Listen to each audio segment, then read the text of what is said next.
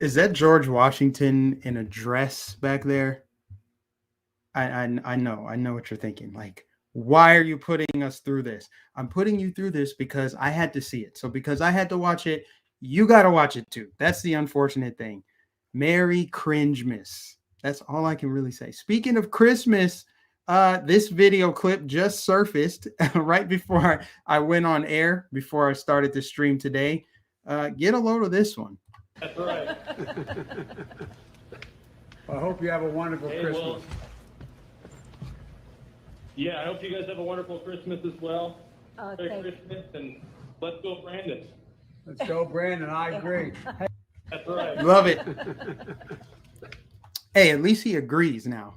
He agrees. That's better than pretending that it doesn't exist. Like, nobody ever said that. You know, they know what's going on, so they had to laugh this off. I don't know who that was. I don't even know the context of this. This looks like some kind of, I don't know, sit down Christmas Eve thing with Jill and Joe.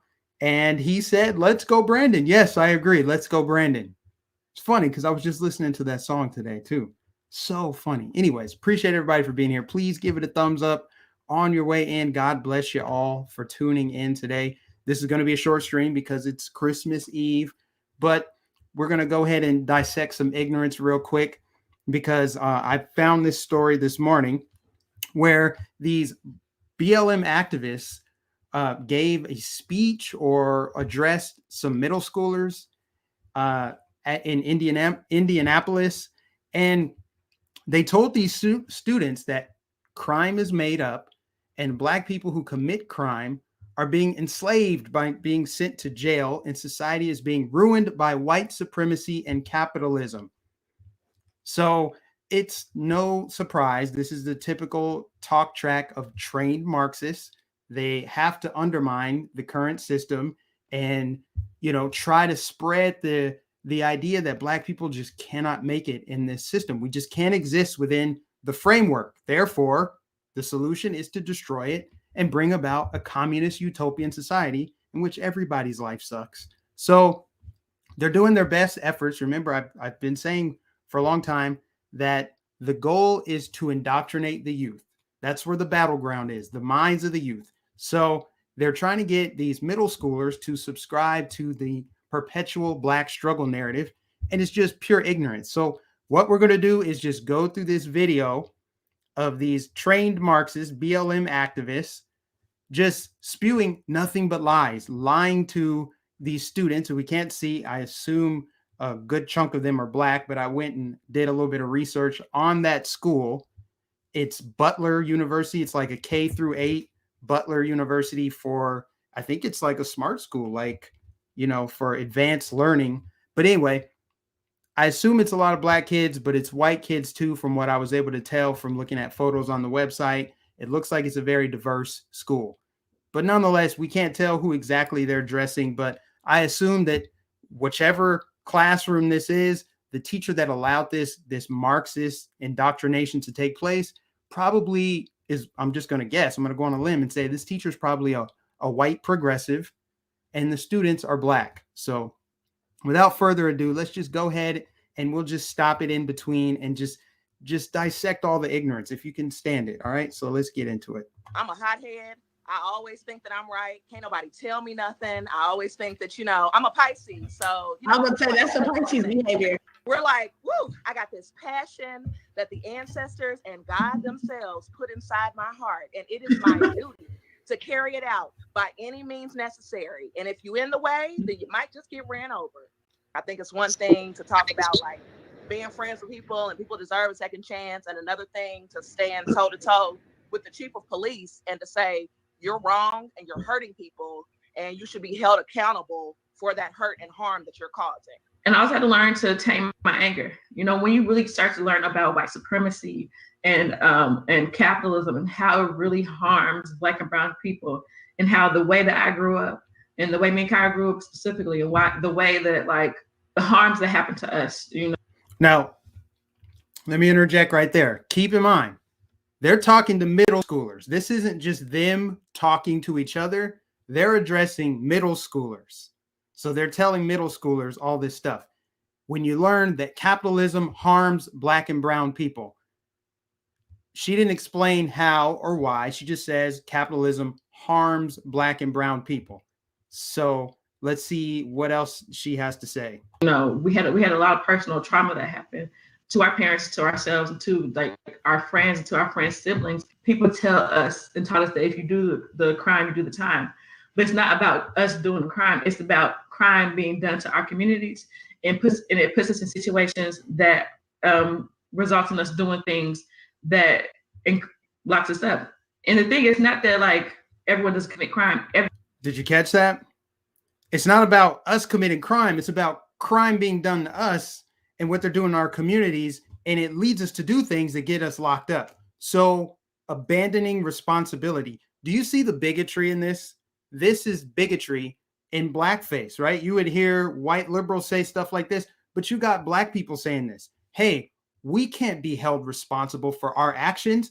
It's due to white supremacy. The legacy of slavery and white supremacy are why we're killing each other, why Black children are getting killed by Black men, why there's father absence. It's due to white supremacy. So cast aside all of your blame on yourself. Blame it on white supremacy. Blame it on capitalism. It's not your fault. It's not your responsibility as an individual to make choices.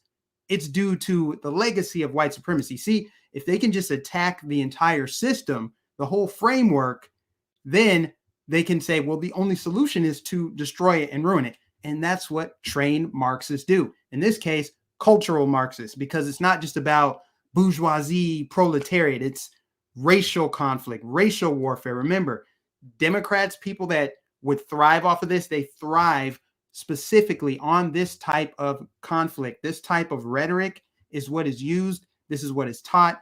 And they're, teaching it to middle schoolers. Everyone does commit crime. Crime is made up. People created these rules and everyone breaks them. It's just that if you are Black, brown, and if you are poor, you are more likely to be jailed for these things, to be enslaved, to be in prison. I just can't get past the rhetoric. Okay, crime is made up. Zero people, whether you agree with me on anything else I say, zero people think crime is made up. Now, I want to be fair and say there are certain crimes where I feel like that shouldn't be a crime. It's a victimless crime. And this is where I probably part with a lot of conservatives, because I think, for example, marijuana, you shouldn't be locked up for smoking marijuana. If you are a law-abiding citizen, a productive member of society, you go to work, you pay your taxes, you do everything you're supposed to do, but you like to inhale a plant that grows from the earth, not a drug that was made and chemically altered in a lab. We're talking about a plant that grows from the earth, okay? Should somebody go to prison for that? Some people watching, you might think, yes, jail all the people, it's a crime. I personally think, yeah, I don't think weed should be illegal. I really don't. It's man deciding that. So I agree with her on that stance, but that's not what I think she's talking about. I think she's referring to all crime in general. Okay, so let's take murder, for example. Do we need a law saying you cannot murder people? Does murder need to be against the law? It's good that it is, but does murder need to be a law, or do we just know that it's wrong? It's morally wrong. It's inherently wrong. It's universally understood. If you take someone else's life, that's wrong. If you harm somebody, physically hit them, wrong. Stealing from people, some things you just know are inherently wrong. But she's saying it's a myth. It's just made up by man. And then she also, of course, has to completely eliminate any responsibility from Black and brown people. This is so condescending. This is so just ignorant. And it's embarrassing. They're more likely to be jailed for these crimes. She makes it sound like Black and brown people are just walking down the street and just getting pulled into prisons, like they're not actually committing the crime. It's not his fault. White supremacy made him load that gun and go do that drive-by shooting that killed the man that was trying to enjoy his Thanksgiving dinner. Stray bullets hitting all those kids in Chicago. It's because white supremacy just made him pull the trigger. They don't want to address that. But she says that these are just laws that are just made up, and Black and brown people are more likely to be jailed. You mean that black and brown people are the ones committing more crime, therefore they're being jailed for it. See, it's constant, perpetual victimhood. And see, I'm smart enough, old enough to see right through this, but are middle schoolers thinking critically as they're hearing this, as they're listening to this? Or are they just setting these kids up for failure? I mean, honestly, what they're trying to do, we know this, is recruit them to become these little Marxist foot soldiers.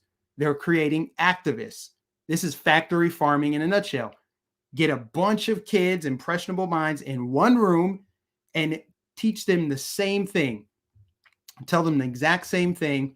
Make them feel like the system sucks and it hates them because of their skin color and they can't do anything. And the best way to do it is to go fight and become a Marxist. They won't say that, but that's what it is. For these things that a lot of people do. We have a list of city demands that we have for the city of Indianapolis. And they're really nationwide and global demands. But the very first demand is to end cash bail. Right now, there are people who are stuck in jail for any type of offense, but especially nonviolent minor offenses, until they're able to go to court, and they're stuck there because they cannot pay their bail. Now, it's just not right. You know what I mean? Because that goes back into who has access to freedom, and you shouldn't have to. Freedom should be free. Kyra works for, an organization that labors for bail reform and abolition of bail, and you shouldn't be stuck somewhere because you can or cannot pay to get out. So she's lobbying for bail reform. In every sense of the word, they side with the criminals. They only care about people once they're involved in the justice system, once they are locked up, once they've committed the crime. This is all reactionary. You notice how they never talk about upstream. Let's catch this upstream. Why do we even need bail reform when we could try to stop having so many criminals? What can we do to stop people from committing so much crime? Instead of worrying about bail reform, oh, poor you committed a crime. Freedom isn't free, or freedom should be free. You shouldn't have to pay, or you shouldn't have to be stuck in jail. Stuck in jail. Somebody that commits a crime is stuck in jail. Right. Like, we're supposed to feel sorry for the criminals who committed crimes that are going to be in jail for Christmas tomorrow. I'm sorry, you committed crime, so you're paying the consequences for that. You're locked up. And if we're really being honest about this bail reform, we're seeing endless people. First of all, people aren't even getting arrested in places like San Francisco, Chicago. They're not even letting police do their job. They're not arresting these criminals. And then when they do go to jail, they're getting slaps on the wrist. They're getting out. So you're just sending the message that, hey, while you're an activist out there, fighting for racial justice and equity, you might get involved with the white supremacist justice system when you're committing crimes, but it's not really crime. Crime is made up. And if you get locked up, then, that's just not fair. You're a prisoner, even though, you're in this white supremacist system. You're just fighting for justice. You should be able to get out. You shouldn't be stuck in jail because you can't afford to fix your own mistake that you made. So you see, constant victim. Even when you commit the crime, you're still the victim. So one of the Democratic senators is introducing a bill to reduce or eliminate the cost of bail for people for certain offenses. And we're excited because we're seeing, some of the labor that we've been doing and some of the influence and behind the scenes work and the non-exciting stuff, actually start to come to pass. First off, we're women in films. We're Black women in films. So we live in this misogynistic, masculine society. So us being Black women. Explain what misogynistic means real fast. What'd you say? Explain misogynistic real fast. Oh, misogynistic. So basically, I'm gonna break it down like really simple, like women should do this, women should cook and clean, women should stay at home. We basically need to stay in a woman's place, which is in the home, cooking in the kitchen. That's an example of what misogyny is. Live in this world where. Okay. Now, a lot of women, let me start by saying this. I have this may not come as a surprise. I have a Black mother. I have a Black sister. I'm related to a lot of Black women. These women don't represent them. I don't think they represent Black women as a whole. They are a just terrible example of Black women in this country because they are acting as though they are victims. When people keep repeating this white supremacist talking point, what they're really saying is, we acknowledge that we're inferior. That's you projecting your own inferiority complex on some impressionable teenagers. Keep in mind, remember, they're addressing middle schoolers right now. So if there's any Black girls in this middle school class, they're hearing that they live in this misogynistic, racist, white supremacist country. This is self-hatred that is being taught to middle schoolers. You're giving them an inferiority complex, making them feel like they just cannot do anything at all. I mean, you're giving them low self-esteem, setting them up for failure by saying, hey, white supremacy is so powerful, so strong, that if your skin is Black, you can't even overcome it. So for anybody to even acknowledge that, you're also acknowledging that you believe that you're inferior. You believe that people who are white are superior to you.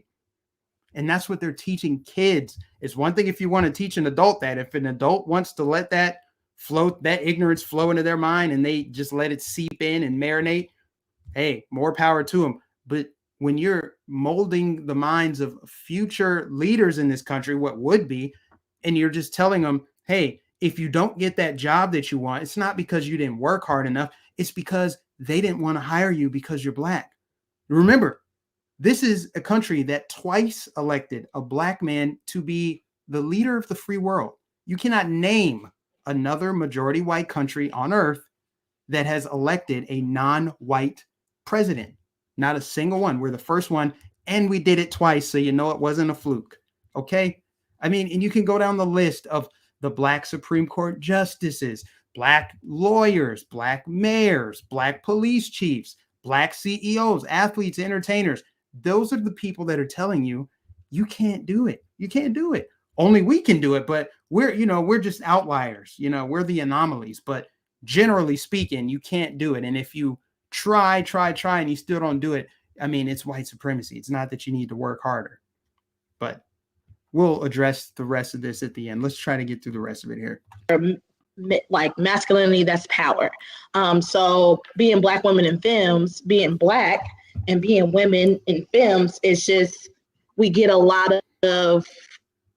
overlooked a lot. Okay, what Black women in films, like just making up terms and adding more labels. It's all about intersectionality. If you're a Black woman who's also a femme, you got it extra rough. Like, we have to make Black women look extremely weak, frail, and fragile. Not independent, not strong, but at the same time, they do preach this strong Black queen, Black woman, Black power narrative. But then also, we're dealing with white supremacy. How can you be strong and powerful and proud to be Black, but also a victim at the same time? Black kings and queens, but crushed by white supremacy? Make it make sense. It took a while for people to recognize that we were leaders in this city, because we're, like I said, we're Black women in films. So it took a while for people to acknowledge us. And then, of course, we get people who are racist. We get people who send us death threats. We're all on the news. Our faces are out there. People see us and they want to harm us because we are women and we are femmes and we are Black. So we face a lot of that we can face that a lot in our community and outside of our community, unfortunately. You get some people who don't think it's any wrong with the police or think the police are doing their job. A lot of the times our voices are not heard. A lot of the times we don't get seats at the table. And a lot of times people don't like us because we have this mindset that we want to abolish like the system and we want to change the system in a radical way. Explaining that emotion. So she's denying that they want to change the system in a radical way, and she used quotes as if changing the system in the way that they want to isn't radical. So she has to use quotes to suggest that it's not real and that it's not radical. They're literally saying capitalism harms Black people, not giving any example. I have yet to hear any examples in this video so far of how capitalism and white supremacy harm people based on their race. I mean, if you think about it, they're using the internet right now for this little stream, which took place like last year. They're using the internet. They probably all have smartphones. They probably have air conditioning. They probably have cars. They probably have refrigerators, indoor plumbing. Every single meaningful invention that has transformed the world, not just the United States, was invented right here in a free market capitalist society. It has lifted more people out of poverty worldwide. Look at countries that are communist versus countries that have more of a free market society. People of all backgrounds can ascend the economic ladder, upward mobility. The difference is what they want is they feel like government should pull people up. So they're all about funneling money to the state. They want state power. They want to expand the state. They are Marxists. They are communists. But they're lying to these kids. She has not given one example. Just straight up lying. Oh, I face this every day in my community. People wanting to attack me and harm me because I'm a Black woman that's a femme. Who? Name names. See, when they leave it intentionally vague like that, they want people to fill their minds, fill that void with, well, she's probably referring to the white man and white people in the system, knowing damn well that if you go to any Black city in America, mostly Black or Black side of town, Black people are getting killed, getting robbed, getting shot. It's not safe for kids to go to school, but we have to pretend like that's not a thing. Or if we do acknowledge it because it's just so overwhelming, like, wow, kids getting shot and it's on the news every night. Then we say, well, that's due to the legacy of slavery and white supremacy and Jim Crow. See, it's never about overcoming. It's not about Black lives. It's not about Black people. It's about narcissism. It's about nihilism. It's about funneling money into a political party that oversees these areas that continue to decay and decline. Labor for Black women in films is a thing.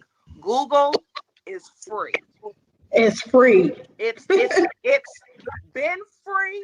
It's going to be free. But a lot of people, because they don't respect Black women's autonomy, they don't respect the fact that we're still people. We still operate as people.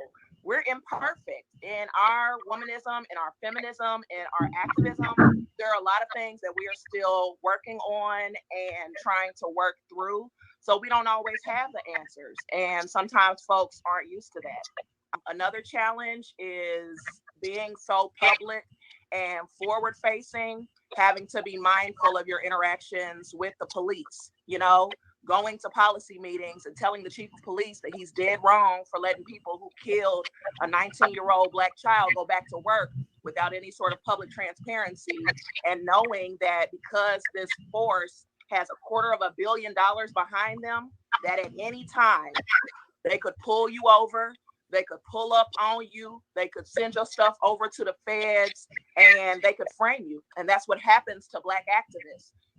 Black activists are framed, you guys.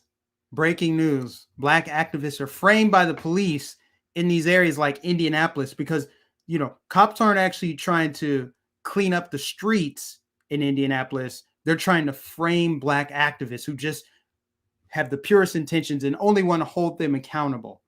And you have to be mindful and careful with the police interactions that you have.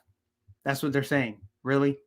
In the most literal sense, I'll repeat it again, in the most literal sense, these people side with criminals. How many more Black people in America would be killed if not for the direct intervention of police? Do we need an example? Do you remember that teen knifing in Ohio over the summer where that teenage girl on police body cam footage was charging at another teenage girl, both Black, with a knife? Cop intervened, shot the girl dead. It's unfortunate she died. I'm pretty sure the cop would have rather have just neutralized her, get her to drop the knife. but he saved the black girl's life. She was lunging at her with a knife. Guy shoots her, saves the black girl's life. Nobody cares about that girl that survived. 0 people on the left care. They're just like, all I see is a white cop holding a black woman down, shooting her dead, ignoring the fact that you were about to have a black girl knifed to death. And LeBron James, all his ignorance, of course, he had to chime in saying that cop was next, right? That cop was next. This was right after the Derek Chauvin thing. I think that's when it happened. So he's like, this cop is next. Basically putting out a hit saying, yeah, that's the guy. Go after him next. Send the mob that way. These wind-up dolls that don't pay attention, they just go and rage in whatever direction they're told to rage in, and just ignore the fact that cops have intervened and saved many lives. When what's the guy's name in Wisconsin? I forget, but it led to the Rittenhouse thing. It's slipping my mind right now. Jacob Blake. Yeah, Jacob Blake. Do you know that Jacob Blake only had interaction with the police that day because his black baby mama called the police on him? Do you know that black people in these neighborhoods call 911 hoping the police can come and help them? Do you not know that?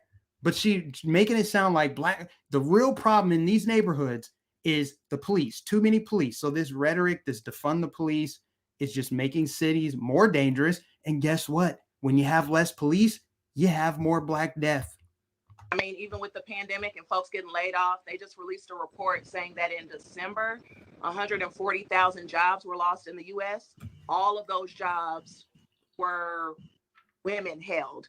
And of those jobs, it was Black and Hispanic women who lost 140,000 jobs in December, while white women, gained jobs. And it's not something that we present to pit people against each other, but it's something for us to say that there is statistical evidence of this imbalance in society. Why is one group thriving while other groups are disproportionately declining? What an intellectual lightweight. So let's just look at how many white women during the pandemic were laid off versus black and brown. Let's not look at the individuals to see, did they have a college education? What career field did they enter in? How long have they been on the job? Let's look at groups. Let's just be lazy and just look at groups and draw conclusions based on group identity. That's what it's all about. Collectivism, group identity. You have a shared experience. You have a shared reality. You don't have an individual identity. Therefore, you don't have an individual idea. You are part of a collective. Join this group think, just like communists believe. It's all about groups. Communists. It's all about just joining this group and you're part of this collective.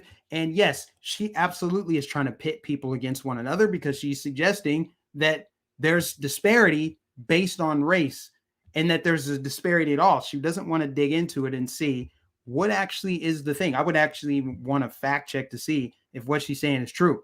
And if it is true, let's look at the individuals. Let's look at more than just, well, people with brown skin, they got laid off during the pandemic. Well, what jobs were they working at the time? Did they have the option to work from home? Why? Let's drill down further. Did they graduate high school? We know cities like Baltimore and Los Angeles, kids can't read or write at grade level.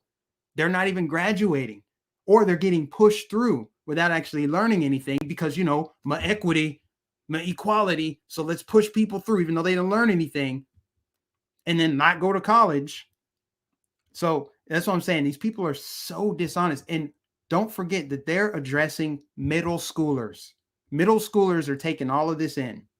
Really important to involve various community organizations because so many different things overlap.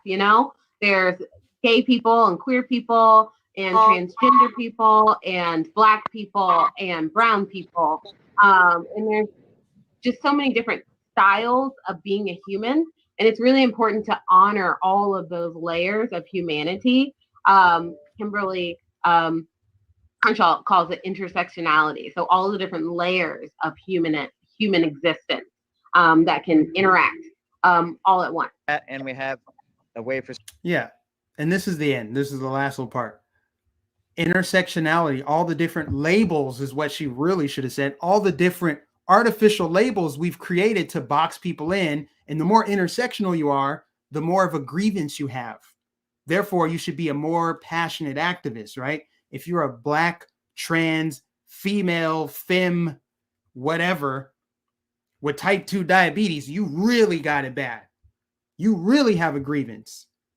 They have broken it off so much to where if you are a straight black man, they see you as more of a system, part of the white supremacist system. That's why if you look at BLM's website, I'm pretty sure they've taken it down by now. They were all about promoting black queer liberation and intersectionality. That's why you have 4 black women here. They don't have any black men here. If they had a black man there, he would have to be feminine, gay, trans, something like that. Could be a straight black man that believes in hard work, personal responsibility, individuality. They would never have a black man like that address kids in this framework, not alongside these women right here. There's no way. So this was pitiful. This is embarrassing. Let's hear the last little bit right here with what the teacher had to say after these 4 trained Marxists just brainwashed a group full of middle schoolers.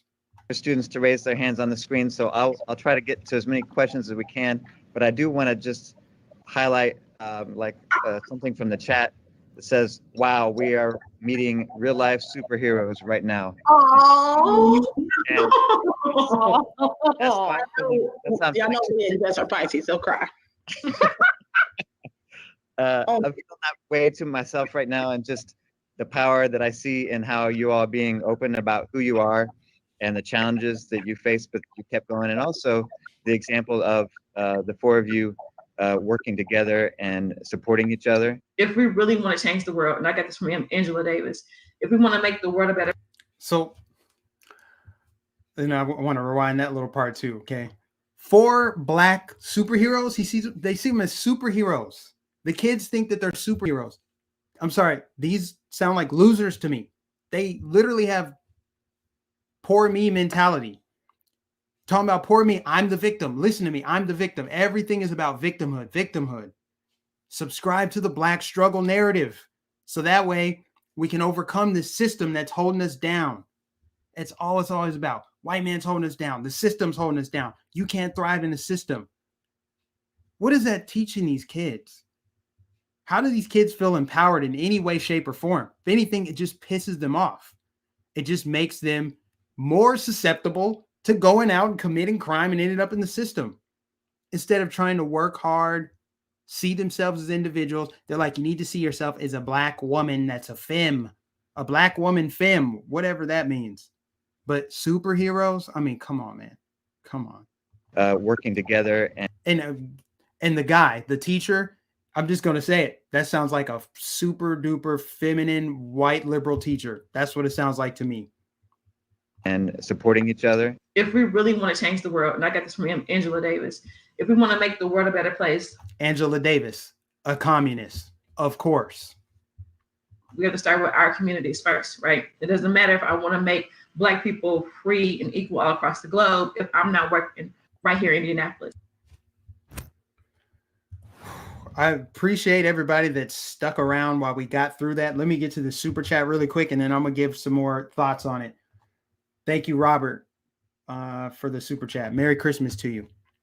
And also thank you to the person that gave me the PayPal donation yesterday in the amount of $17.76. Thank you so much. And actually, really quickly, before I forget, I want to actually give you a shout out. Gretchen, thank you. Okay, thank you, Gretchen. So I know that was tough to get through. That's why I broke it up and gave a little bit of commentary. It just really frustrates me that some of the worst people on earth have access to children. They have access to children. That teacher should be held accountable. I don't know if the parents know about this. Maybe the parents are helping to facilitate this. I mean, we just talked yesterday about how this activist mom, bragged about transitioning her kid to non-binary. She converted her kid. That was her little vanity project, and her kid was the vessel. Really sick. So I wouldn't be shocked if a lot of parents knew that their children went to learn this Marxist trash that's going to make them hate themselves, hate the country, and scapegoat their failure when they ultimately don't succeed in this country. And these 4 women, sorry excuse for women, regardless of race, they're just awful. I mean, I couldn't imagine going to talk to some middle schoolers and telling them how awful everything is and how they're victims. And it's going to be hard for them to succeed unless they become trained Marxists and do the same thing. Go back and, pollute the minds of young kids. I'll tell you what, man, no society is going to last very long if they let people hurt children. And that's what is happening all across the country between critical race theory, which they say doesn't exist, apparently, that nobody talks about it. But then they also say, what's wrong with teaching history? So which one is it? Is critical race theory a right-wing scare talking point, or is it real? You can't have it both ways. You can't say it's not even being taught and then say, why don't you guys want history taught the correct way? See, they're trying to teach kids this whole new way of discerning truth. They want you to disregard logic, facts, reason, and use your feelings and your own personal interpretation to discern truth. Don't base it on facts. So maybe don't look at the FBI crime statistics when they say crime is a myth. Crime is made up. Right. We don't see crime happening anywhere. And critical race theory, that's not being taught, even though we just witnessed a video of these Marxist, communist, BLM activists trying to train kids to join their movement, which will destroy capitalism and hurt more Black and brown people. No Black and brown people want to come here. The ones that are here are going to have to subscribe to communism. And by the way, this man right here, Tony Kennett, is the one who leaked this footage, and he got suspended from his school because he was calling out the politicians and other teachers who don't, he's basically against CRT. So he got suspended. But yeah, crime doesn't exist, you guys. It's just a myth, especially Black crime. If a Black person's committing a crime, they're getting pulled into a prison and they're slaves while they're in prison. That's what these women said.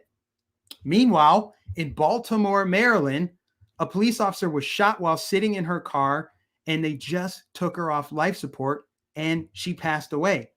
Oh, what's that? It's a Black woman, a Black police officer, a Black woman, a strong Black woman, obviously a police officer, shot by 2, you guessed it, Black thugs. 2 Black thugs shot this Black cop, murdered her. But crime is a myth. You just have to pretend it doesn't exist. Just bury your head in the sand like an ostrich and pretend like it doesn't exist. Or if it's so blatant and it's so out in the open that you have to notice it, just blame white people for it. It's due to the legacy of white supremacy. That's why these 2 Black thugs shot this Black cop. In the Black city, Baltimore, with a Black Democrat mayor, See, this is what happens when you get into the weeds of identity politics. I find myself here. I'm like, dang, I keep saying black. But that's what it's all about with these people. They do not acknowledge individuality. They do not acknowledge what's in people's brains, what's in their hearts. Only thing they can acknowledge is your exterior shell. There's nothing more lowbrow, nothing more just ignorant than that. Than making decisions, viewing everything through the prism of race. And that's what they're training kids to do all around the country. So don't ever let them tell you that it doesn't exist. They're not teaching critical race theory. BLM actually cares about Black people, but they nothing to say about this. Not a single thing to say about this Black woman who was shot dead in Baltimore. Or this Black woman who walked through Rite Aid with a pickaxe to shoplift in LA. Oh, it's the legacy of white supremacy. That's why she had to go and shoplift with a pitchfork, or not a pitchfork, a pickaxe. And there's a video of it too. She's over there telling people, here, let's just play the little news clip. Strange things in Venice, but this may be a first. A woman wielding a pickaxe accused of stealing from a Rite Aid store. LAPD officers responding to a robbery call tonight We're told that the shoplifter had a pickaxe over her shoulder. Detectives say she stole an unknown amount of merchandise from the Rite Aid at the intersection of Lincoln and Lake. The woman apparently threatened employees who tried to take her basket.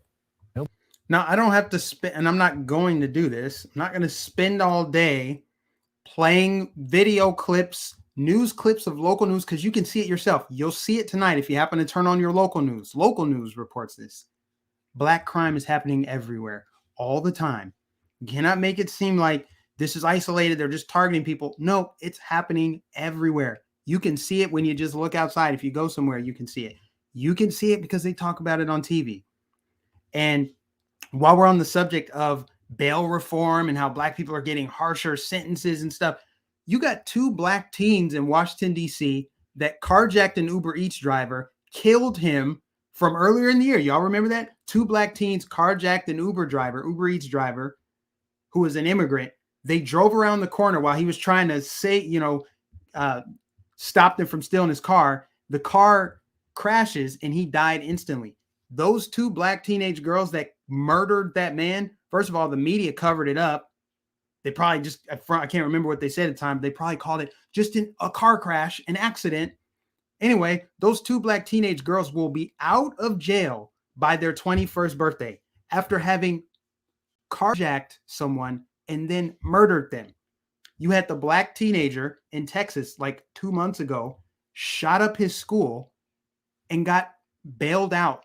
Didn't even get charged with attempted murder. Shoots up his school, commits a mass shooting in his school, and he's sitting at home. He's going to be at home for Christmas.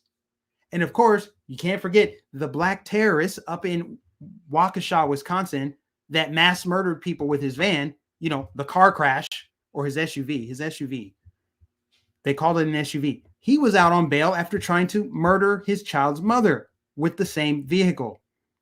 And you know what else?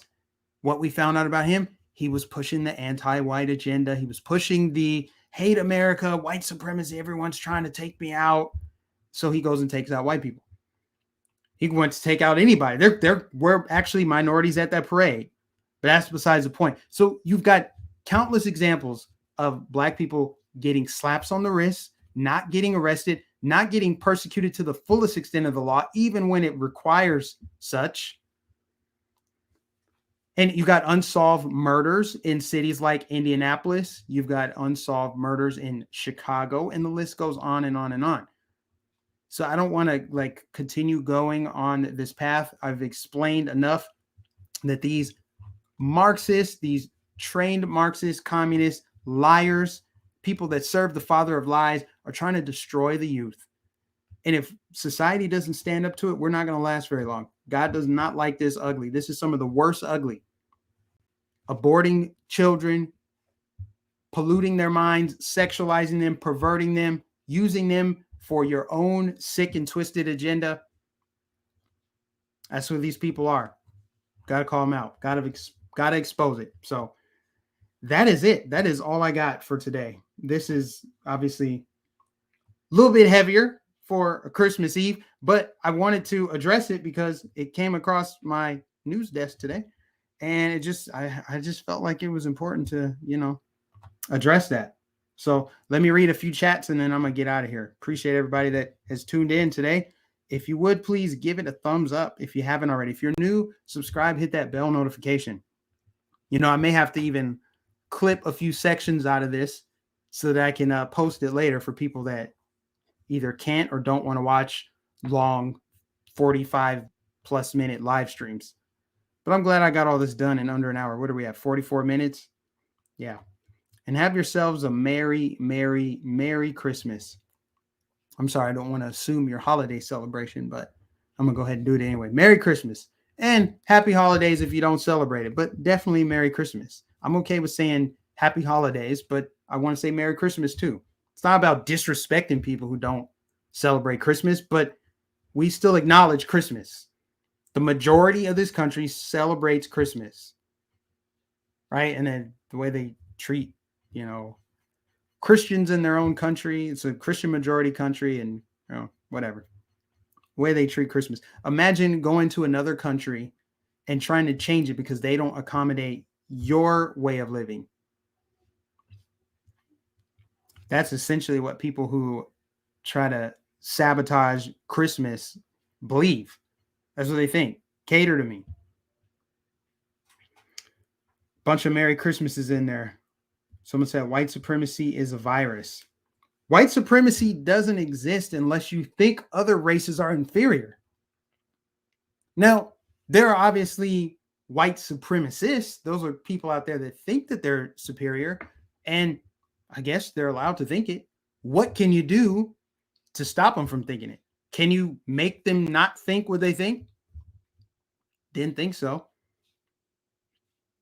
And for the ones that actually do believe that, racial identitarians, they're no different than the black supremacists and the Mexican supremacists, the La Razas, and all the different ethnic groups that have such a dumbed down view of the world. They can only see skin color.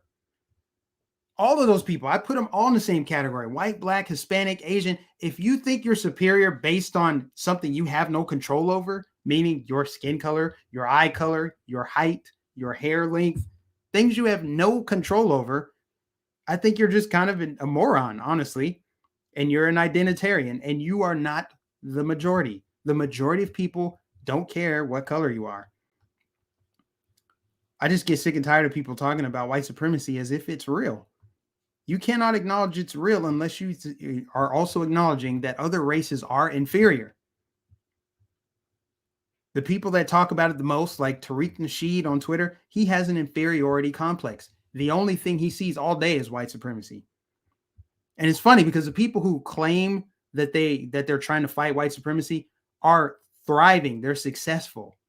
So to me, that tells me they're just trying to keep other people down. It's a grift. They're getting rich by keeping other people down, by lying to them, spreading lies, and hatred and division, of course. It's what they're good at. Someone said, man, good points, Mike. I mean, I'm just saying what we know is true.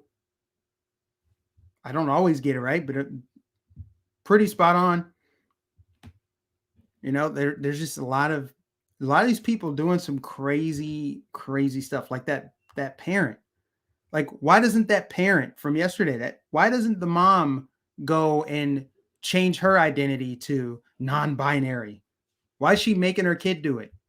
And why are people going to pretend like that wasn't the end game all along as you're reading books about gender fluidity?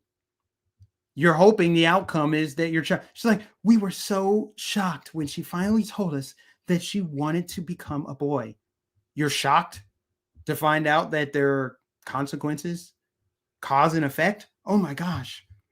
I can't believe that dog bit me after I kept on harassing it and trying to grab its food. The dog bit me. I just really was shocked by it. People just don't. They're dumb. They're dishonest. They're dishonest. That's what they are. Someone said, hi, Mike. Merry Christmas. Didn't we settle all of this racial stuff in the 60s and 70s? Not exactly. I mean, there are still instances of racism. They're isolated. They're not systemic. It's not emblematic of an entire structure. It's not emblematic of the founding of the country. It's not emblematic of any institution we have right now. Anybody of any race from any background can go and do anything they want to do. They can be anything they want to be, and nobody is going to stop them if they believe that, of course. And that's just that. World gone mad, bro. Choose your side, good or evil. Hey, Mike, Merry Christmas to you and your family. Merry Christmas to everybody. I think this is probably a good time to just go ahead and wrap it up. But I appreciate everybody that was tuned in today. Please, again, if you would, give it a thumbs up. That's the best way to overcome this algorithmic demotion of my content, which YouTube is heavily engaged in. Heavily. This live stream that you just watched right now will be demonetized. YouTube probably will not allow ads to run on this stream. And that's probably because I told the truth and shamed the devil in the face of all these lies, all these lies. Telling the truth is a revolutionary act. I think that was a Ron Paul quote. In a time of universal deceit, telling the truth is a revolutionary act. I'll leave you guys with that quote. Appreciate everybody for tuning in. Have a wonderful Merry Christmas. God bless you. I'll be back next week. So God bless you. Merry Christmas and a Happy New Year.